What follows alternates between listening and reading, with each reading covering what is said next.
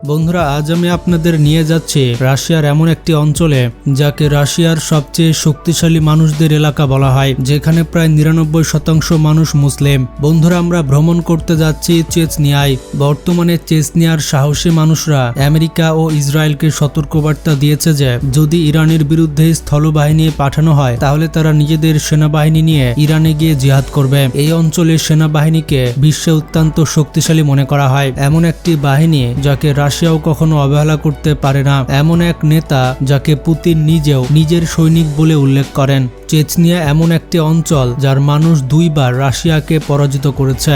বন্ধুরা, চেচনিয়া সেই মুসলিম প্রজাতন্ত্র যার সম্পর্কে খুবই কম মানুষ জানে। আজকের ভিডিওতে আপনারা দেখতে পাবেন এখানকার সংস্কৃতি কেমন, মানুষ কিভাবে জীবনযাপন করে, কেন এখানকার সেনাবাহিনীকে এত শক্তিশালী বলা হয়, এখানে কি কি সুন্দর স্থান রয়েছে এবং এই অঞ্চলের ইতিহাস কি। তো বন্ধুরা, চেচনিয়ার অফিসিয়াল নাম হচ্ছে চেচেন রিপাবলিক। এটি পুরোপুরি স্বাধীন নয়, অভ্যন্তরীণ বিষয়ে তারা স্বায়ত্তশাসন ভোগ করে, তবে বৈদেশিক নীতি ও অর্থনৈতিকভাবে এটি রাশিয়ার অধীনে। অভ্যন্তরীণভাবে তারা নিজেদের আইন তৈরি করতে পারে। এই অঞ্চলের মোট জনসংখ্যা প্রায় ১৬ লাখ এবং চেচনিয়ার আয়তন হচ্ছে ৭০,৩০০ বর্গ কিলোমিটার। চেচনিয়ার সীমানা পশ্চিমে ইনগুতিশিয়া এবং উত্তর ওসেটিয়া, পূর্বে রয়েছে দাগেস্তান এবং দক্ষিণে জর্জিয়ার সাথে মিলেছে। রাশিয়া এমন অনেক অঞ্চল তৈরি করেছে যেগুলো মূলত সীমান্তের কাছাকাছি। এতে রাশিয়ার সুবিধা হলো তাদের আলাদা করে সীমান্ত রক্ষার প্রয়োজন হয় না, কারণ স্থানীয় মানুষই নিজেদের সীমান্ত রক্ষা করে। চেচেনরা বিশ্বে শক্তিশালী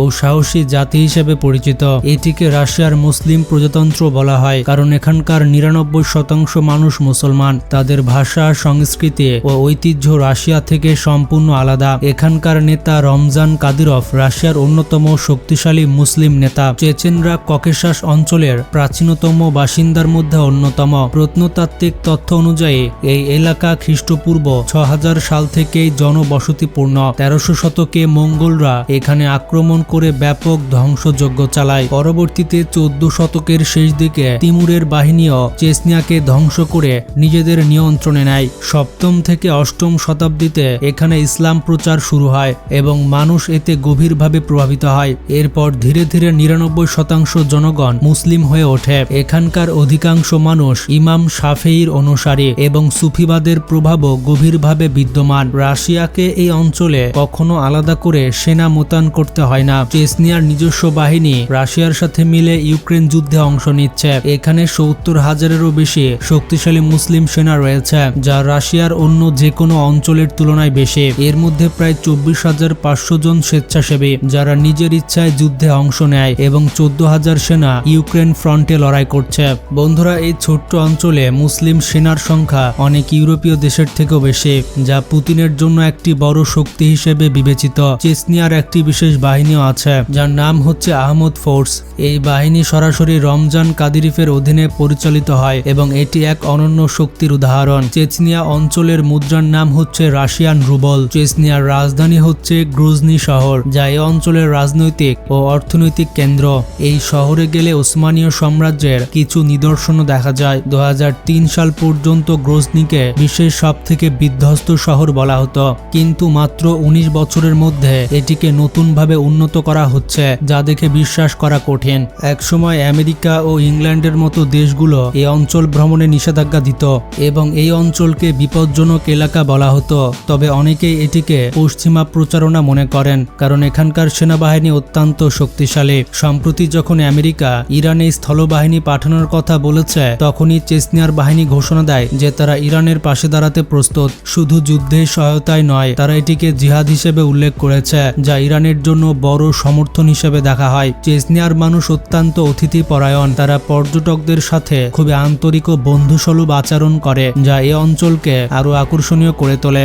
যদি এই অঞ্চলের শাসন ব্যবস্থা নিয়ে কথা বলা হয় তাহলে বলা যায় রাশিয়ার এই প্রজাতন্ত্রে গণতন্ত্র নেই। এখানে বংশানুক্রমিক নেতৃত্ব চলে। বিশেষ করে কাদিরভ পরিবার বহু বছর ধরে ক্ষমতায় রয়েছে। রাস্তায় প্রায় আপনি পুতিন ও কাদিরভ পরিবারের ছবি টাঙানো দেখতে পাবেন। এই অঞ্চলের মেয়েদের কোকাফের পরীও বলা হয় কারণ তারা অত্যন্ত সুন্দর এবং বিশ্বজুড়ে পরিচিত। এই এলাকাটি ককেশাস অঞ্চলের অন্তর্ভুক্ত, যাকে কাকাফ বা কুপুকাজও বলা হয়। এখানকার সংস্কৃতি অত্যন্ত বৈচিত্র্যময় এবং রাশিয়ায় অন্যান্য অংশ থেকে সম্পূর্ণ আলাদা। মানুষ তাদের সংস্কৃতিকে ভীষণ ভালোবাসে। পুতিন এই অঞ্চলে অনেক সুযোগ সুবিধা দিয়েছেন, তাই শহরগুলো বেশ পরিষ্কার পরিচ্ছন্ন দেখা যায়। মুসলমানদের কারণে এই অঞ্চলকে বিশ্বে অনেক সময় নেতিবাচকভাবে উপস্থাপন করা হয়, অথচ বাস্তবে এটি রাশিয়ার সবথেকে কম অপরাধপ্রবণ এলাকাগুলির মধ্যে একটি। পশ্চিমা দেশগুলো অনেক সময় এই অঞ্চল সম্পর্কে নেতিবাচক প্রচারণা চালায়, যাতে মানুষ মুসলমানদের শক্তি সম্পর্কে জানতে না পারে। রমজান কাদিরভ এই প্রজাতন্ত্রের প্রেসিডেন্ট এবং এখানকার মানুষের কাছে তিনি একেবারে নায়কের মতো গুরুত্বপূর্ণ। এই অঞ্চলের আয়ের একটি বড় উৎস হচ্ছে পর্যটন, কারণ প্রাকৃতিক সৌন্দর্যে এটি ভরপুর। গ্রীষ্মকালে এখানে আবহাওয়া মনোরম থাকে, তবে শীতকালে প্রচন্ড তুষারপাত হয়। এখানে গ্রোজনি শহর রয়েছে। এই গ্রোজনি শহরের কেন্দ্রীয় মসজিদ অত্যন্ত সুন্দর, যার স্থাপত্যশৈলী তুর্কি স্টাইলে তৈরি এবং এতে অনেক ছোট ছোট গম্বুজ রয়েছে। ভেতর থেকেও এটি অত্যন্ত আকর্ষণীয় এবং এটি রাশিয়ার সবচেয়ে বড় মসজিদ। এছাড়াও আইমান কাদিরভ মসজিদ আরেকটি দৃষ্টিনন্দন স্থাপনা, যার স্থাপত্য একেবারে আলাদা।